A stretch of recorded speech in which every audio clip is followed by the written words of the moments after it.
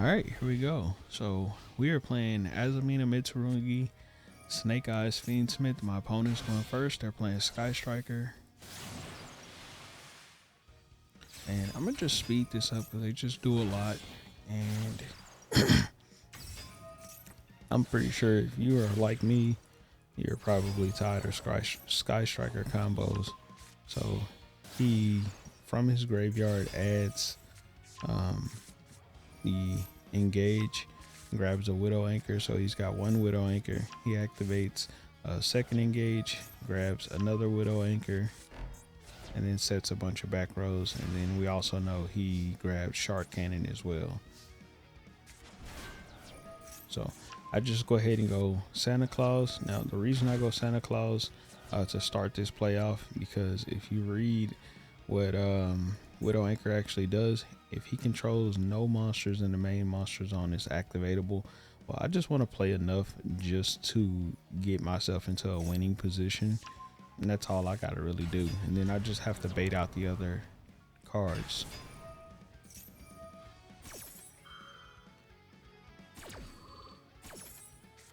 So I'm gonna grab Maxi right here.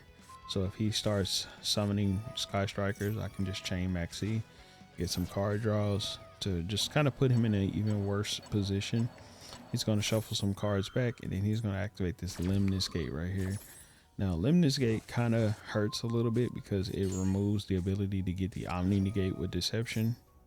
Of course, I'm just trying to bait out stuff, so I just reactivate it. It doesn't do anything at this point because I've already activated its effect to search.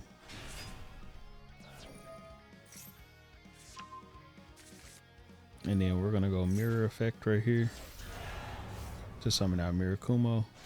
Now I probably shouldn't have activated this Mirakumo effect, so then that way I can continue to do my plays uninterrupted. But it's okay. It is okay. I could have like fully played through his whole board uninterrupted, because they're all, if you control no monsters type of effects.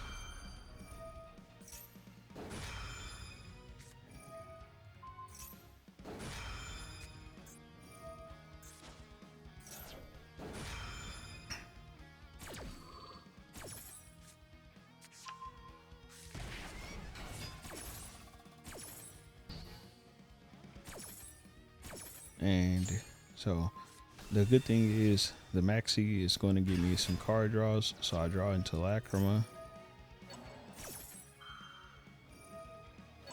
And he's got one card face down, one card in his hand. And he's going to add a card from his deck or graveyard. So he's going to add back the Sky Striker Engage. I actually hate this card so much. It's so stupid to me, but whatever. Like, I love when I beat Sky Striker. I think it's the funniest thing ever. Because Sky Striker players think that they're so fucking smart. So when you beat them, I bet they feel like really dumb. And here's the beauty to this card, the Widow Anchor. This shit goes back in the end phase. So the goal was just literally to bait both of them out. Dodge the first one, and then the second one just let him take it. But I wanted to make sure I use this card's effect first, so then that way he would be forced to discard, just to give him less resources that he could utilize. But if he takes this, I knew it would be negated, so he can't actually use its effect against me, which is one of the positives to Widow Anchor. Plus I get it back, so he can't link it off on, like, he didn't have access to being able to link it off. So we're sitting in a good spot here. So we're gonna go Moon of the Closed Heavens. Now, very specific reason I'm going into Wave King Caesar. I know if he gets Widow Anchor, he can take it, and then, I mean, he can just link it off or whatever. But if he gets access to Widow Anchor, but the goal is to put him on so minimal of resources, he doesn't really have access to it. I already have an Omni Negate in my hand. I also can summon a monster back with prayers. And then Lacrima is going to send a trap right here. he's gonna go Harpy's Feather Duster, I have to go Great Purification, or I could lose all of my traps. Because if I chained Mirakumo, then he could just discard the other card, keep the engage, and then I would lose my back row. But doing it this way, where I actually just use the Omni Negate, it negates the Harpy's Feather Duster. Mirakumo will come back, and then when he activates the engage, then I would activate Mirakumo to force him to discard, and I keep my back row.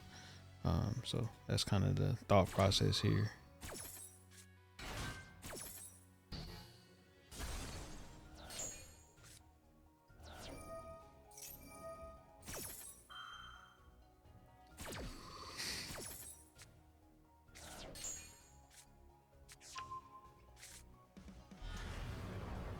So there we go. Mirakumo comes right back. He's going to use Sky Striker Engage right here.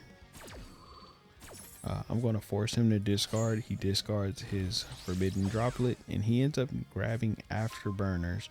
Now, here's the funny thing about Afterburners. So Afterburner can target one monster on the field, destroy it, and then or 3 or more in the graveyard and destroy it.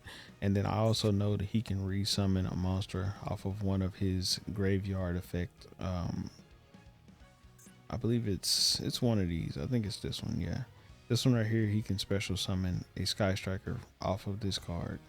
So I already know this, but the funny thing is I'm prepared for it, which is why I sent the trap to the graveyard, the Fiendsmith in Paradise.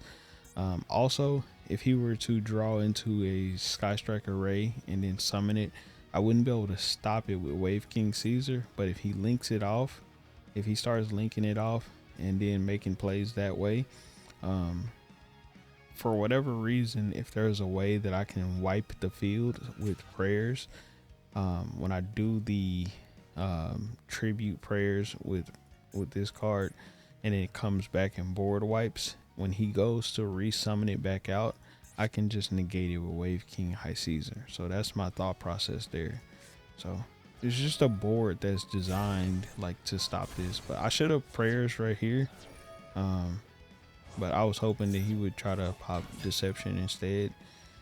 Because if I had done that effect, this would have just come out anyways. So I wouldn't have got any like effect out of it. So that's why I just left it on the field. So we just send that to the grave, and then boom, he has no more plays. So yeah, nice, quick, easy win. Hopefully y'all enjoyed this video. I'll catch y'all on the next one. Peace.